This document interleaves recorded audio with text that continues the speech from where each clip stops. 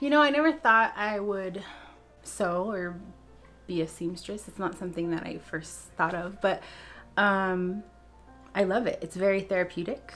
I know that if I'm having a rough day, and even before having Elijah, it was nice to just lock myself in the garage and just sew and be able to bang out 10 skirts in 2 hours just because I was just sewing, you know. So I love it. It's very therapeutic.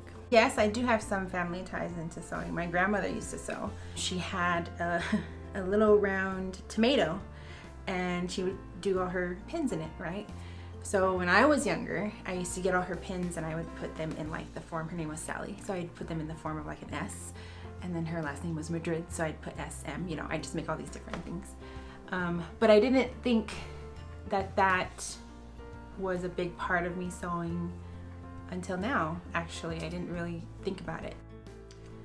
Ooh, when I see a piece of fabric, I'm like, ooh, what can I make with this? Can I make a skirt? Can I make a maxi skirt? Can I make a long, you know, shorter skirt? Can I make them for a kid? Can I make for both? Can I have enough fabric to make not just for an adult, but maybe for her daughter too, so they can match, you know? So all these different things kind of go through my brain.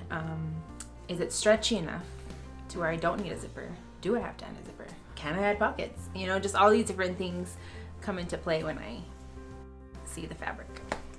So as far as my customers, the thought process of trying to find the right fabric pattern or style for them, I guess it's really what triggers my eye first, something that catches my eye first. But it definitely allows me to kind of look outside the box a little bit, and even for myself. Sometimes I'll buy a fabric and I'll go, ooh, I can make that for myself too. So I kind of throw in a skirt for me as well. But I try to think a little bit outside the box of what my customers will want to purchase, because then they won't buy them, and you know, so I have to make sure I think of them as well.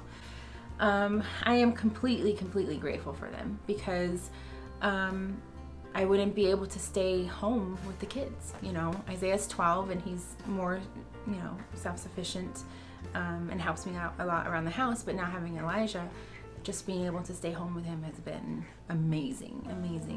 And you know, Isaac works so hard for us, and for me to be able to stay home and take care of the house and the kids and just be able to help out just a little bit money-wise is huge. So now moving forward, right? What's coming up for EL Collections? How do I grow? How do I better myself?